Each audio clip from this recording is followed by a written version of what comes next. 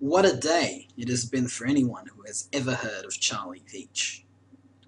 Myself, I have seen his talk with Max Eigen twice today, and then watched every other talking head chime in, and I feel compelled to do the same. But I will attempt to skip past the emotions and our very, very charismatic protagonist, and ask who, what, when, where, and why. And I believe that these answers do not start or lie with Charlie Veitch, but with the 10th anniversary of 9/11 and the BBC. Keep in mind, this is the largest broadcaster on the planet, and the principal news source for the global English-speaking population. One may also say that it is the most powerful propaganda weapon for the Anglo-American establishment, and the best choice for the definitive psyop to mark the 10th anniversary of 9/11. And here's how that plan might look like.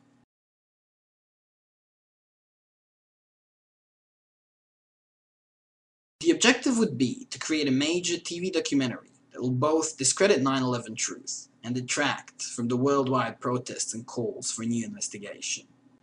The script: there will be a famous vocal 9/11 skeptic who will go on a journey of discovery behind the events of the day.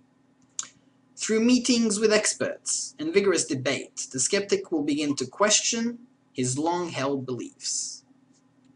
He will probe deep, even in covering new evidence, and eventually he'll be swayed by common sense and the mounting facts that confirm the official story. And this all begins with the candidate selection.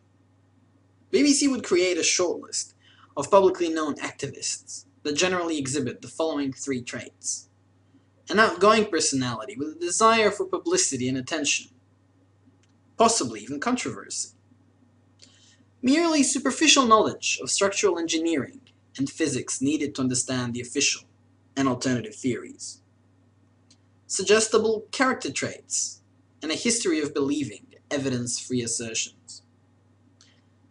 Charlie Veitch evidently ticked all the boxes, but even if he didn't, we would be watching the same show with a different protagonist. Stage 2, theory selection. What the BBC will do here is compile a list of all the major 9/11 conspiracies and documentaries, and alongside it, it'll compile a list of all the major 9/11 conspiracy theorists, activists, documentary makers. Then, together with those two, they will cherry-pick the people and the theories and frame them together into an argument that sounds convincing and is fundamentally flawed. If you look at it from a logical point of view, it will basically be a biased sample of theories and characters converted into a straw man argument. Stage 3, debunking the conspiracy. The elaborate straw man will be presented to the public. It will seem convincing, but it'll eventually fall apart upon deeper investigation. And most likely, it'll furthermore be discredited by the introduction of some new, never-before-seen evidence. The carefully selected opposition will be discredited. This will be done by keeping them talking and interviewing them repetitively until they incriminate themselves, until they attack someone baselessly, or just say something that is factually wrong. The candidate will have a realization that his 9/11 views were a product of his own paranoia of the powers that be, and a careful cult-like indoctrination on behalf of the truth movement. Stage 4, the outrage of the conspiracy cult. The skeptic will be persecuted for merely remaining open-minded and changing his views on 9/11. They will show our protagonist receiving letters, videos, death threats in the mail.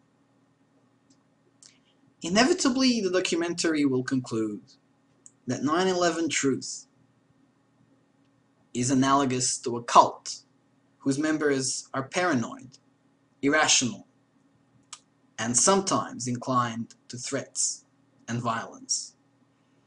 So please, let's not fall into this trap that is about to be set up for us by the BBC. Let's not be abusive towards Charlie. How about we send him flowers and some cards that say, "Get well soon"? How about we encourage him to document his new beliefs and discuss them on a platform like the Corbett Report or the Alex Jones Show? How about we share this video and encourage others, hopefully Danny Shine, to chime in with some tempered views?